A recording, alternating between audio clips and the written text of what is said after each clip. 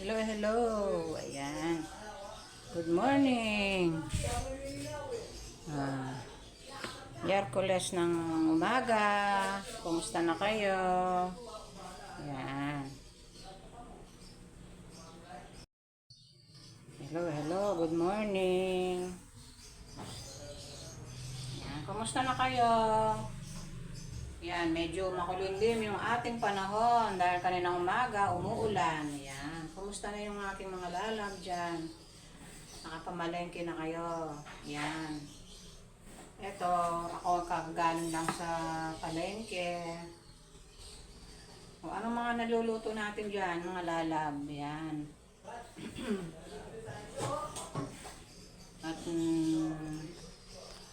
ito, at magluluto na naman tayo ng ating pagkain ng ating mga estudyante, ang aking mga apo. Ayan.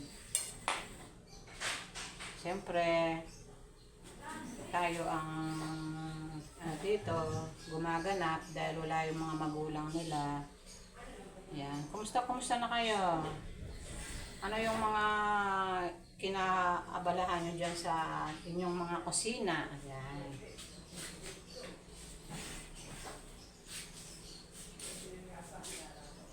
May chika time muna tayo mga lalab.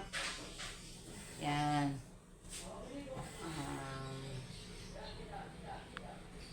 Kahapon napanood ko sa Facebook ang nangyayari sa sa China. Ayan. At sabi na dun sa balita, nakakarama na daw yung China. Sana wag naman po dahil kawawa rin po ang ating kawawa na ng mga tao doon.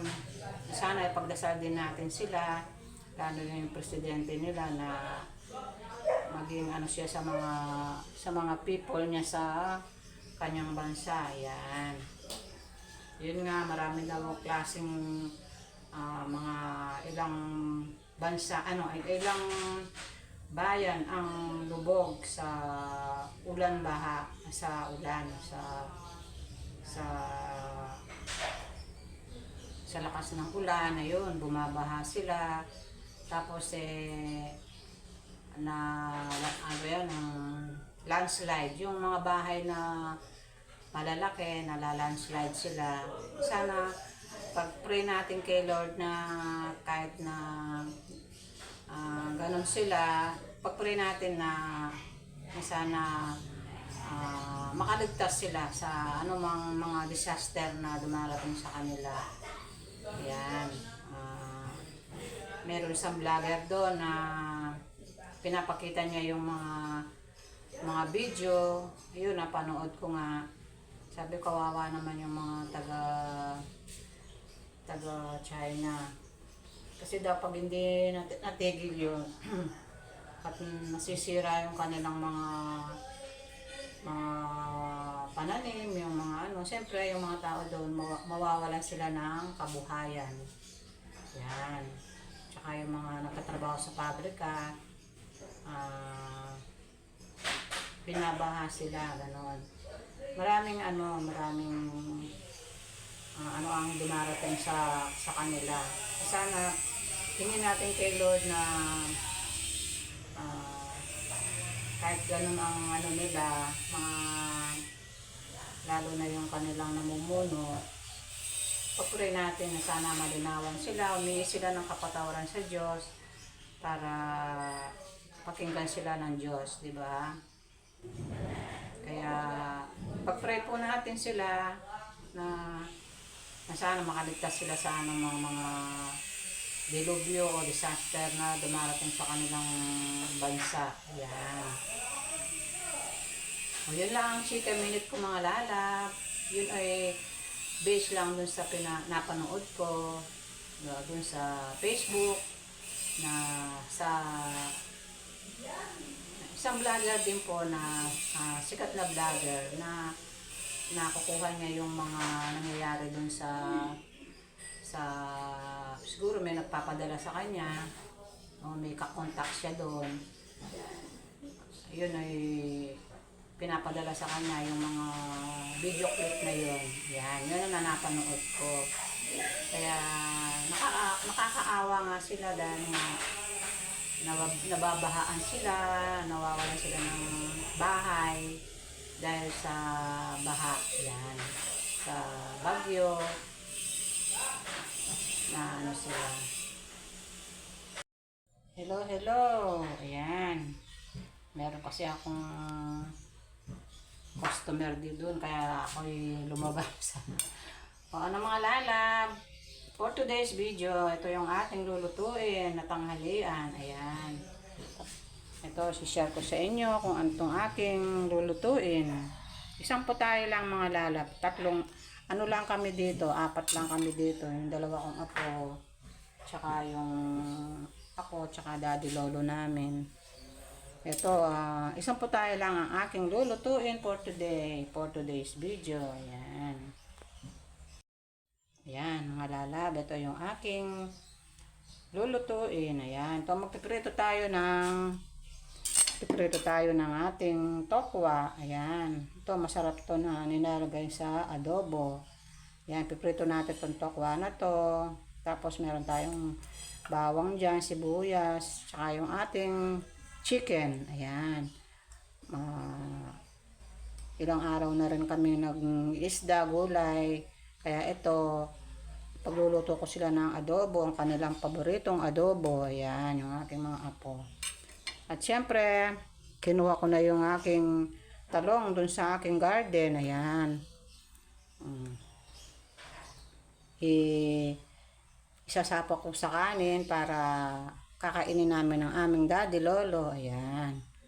Yan, fresh na fresh. Fresh from the farm. Ayan. Buhat nung nag-ulan mga lalaw, ito yung aking mga tanim na talong. Ayun, nagsipaghaba sila dahil nga nauulanan sila. Ayan. O paano mga lalab? Samahan nyo ako sa aking pagluluto ng adobong chicken. Ayan. Yan. Ito na, nagpiprito na tayo ng tokwa. Ayan, ilalagay natin sa ating adobo. Sarap din itong tokwa ng alalag. Narin ito yung beans. Ayan.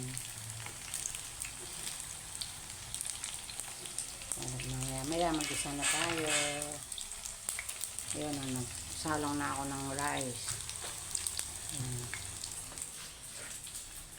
Mamaya ilalagay ko itong aking talong. Ayan, isasapaw ko dun sa kanin.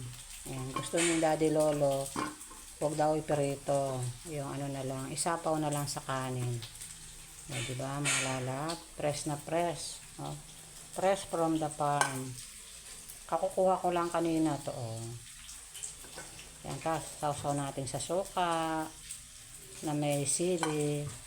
O, diba? May ulam na.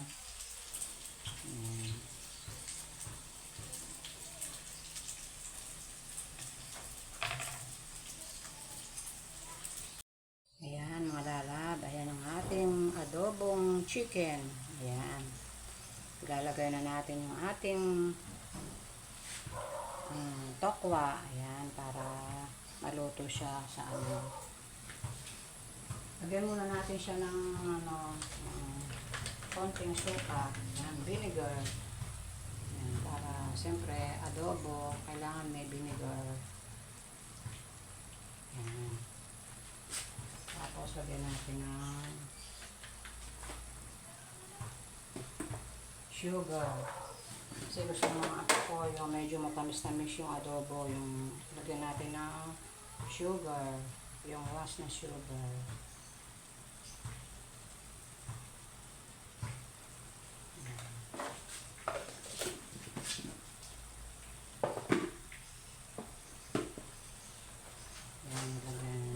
Tapos, ilagay na natin yung ating tokwa para yung niluto nating tokwa. Ayan. Ilagay na natin. Malinis naman yung kamay ko mga lalang. Ayan. Ilagay na natin isa-isa. Ang init. Teka.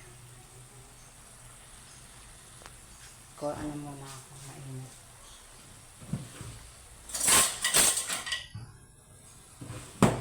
So, gumamit tayo ng tong. Yung gamitan natin ng tong kasi mainit.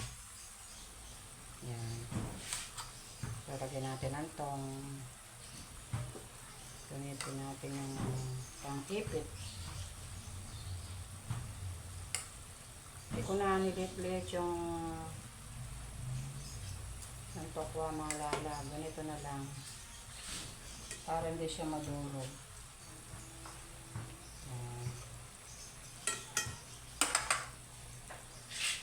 Yan, yung ating adobong chicken with tokwa. Ayan.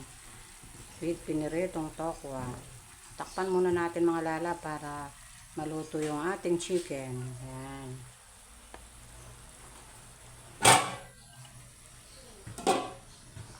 Ayan, para